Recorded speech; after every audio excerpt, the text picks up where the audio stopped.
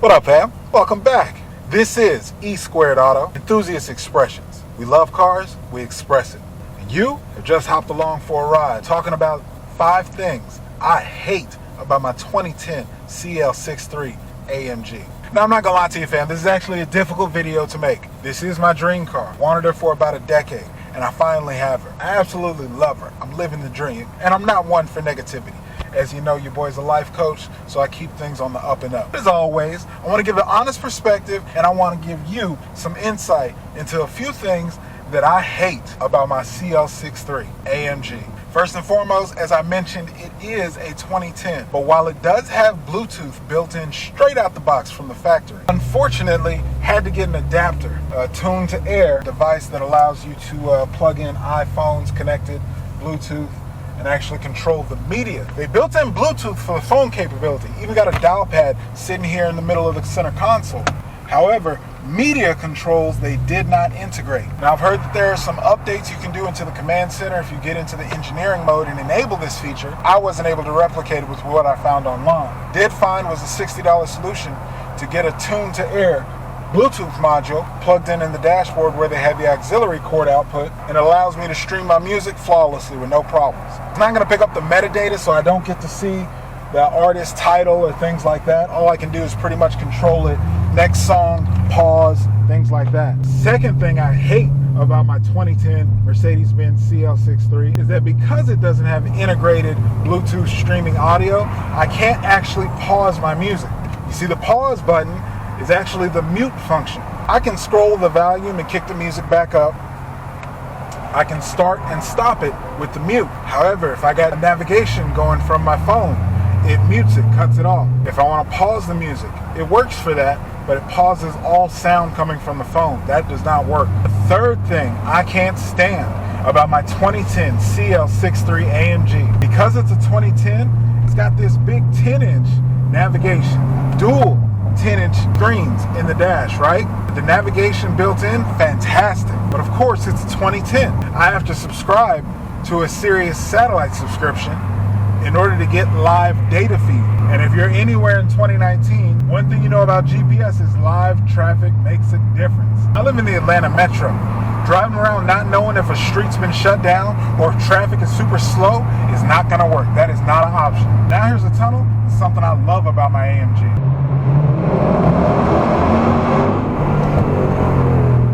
Top down windows crack. Hope y'all enjoyed that. The fourth thing on this list that I just can't stand about my 2010 Mercedes-Benz CL63 AMG, that 6.2 liter V8 is thirsty as a mother. One thing about not having the 5.5 liter bi-turbo V8 is I don't get the efficiency and fuel economy given that increased power output and ease.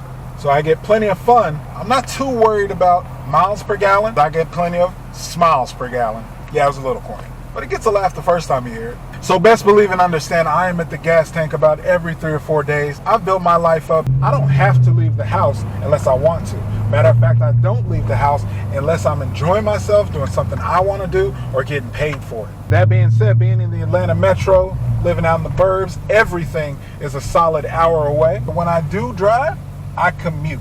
What that means is that those miles is racking, that gas is burning. You guessed it.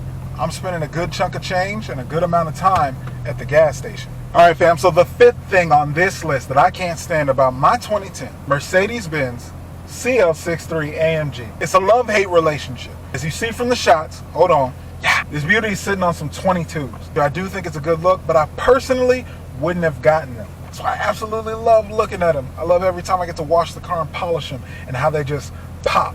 They match the color scheme perfectly, the chrome lip, 22 inches, staggered stance in the back, and that ass though. As you see also, barely got any tire on them. When I first got the car, I dropped about $700. One, getting some new tires because they had some cheap Chinese tires, the last person who had it. So the upkeep and cost of getting those expensive, low profile tires, it does take away from the Mercedes-Benz ride quality. It's form over function. Want it to look good, or do you want it to ride good?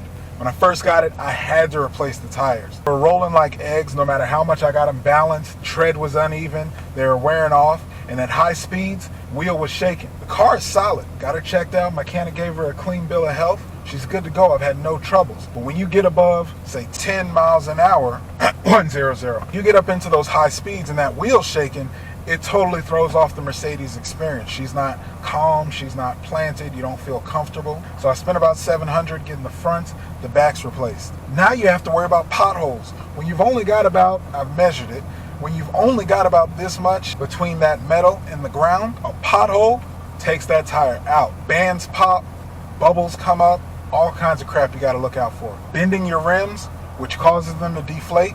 Yes, these are things I have personally learned in the 7 months since I've owned the car. I now understand why so many of the other CLs out there either get the AMG wheels, Mercedes-Benz wheels, but usually stick around to the 20 inches. This car came on 19s, or you could upgrade to the 20s from the factory, but above 20s they do not recommend. Matter of fact, Discount Tire won't even mount tires on this car. They don't have the equipment. 22 inches, they say, is not rated to support the car's weight, and I see why. You're popping bands on tires, you're hitting potholes, bending rims, you're having to look out for all kinds of things. It almost takes away from the experience, but the trade-off is, again, just look at it though. They look so good. So I can't complain. It's secondhand. I bought mine new. She came like it. It's great, and there's some responsibility. It digs into the pockets. It definitely takes up on the wear and tear, and there is some maintenance costs associated with it.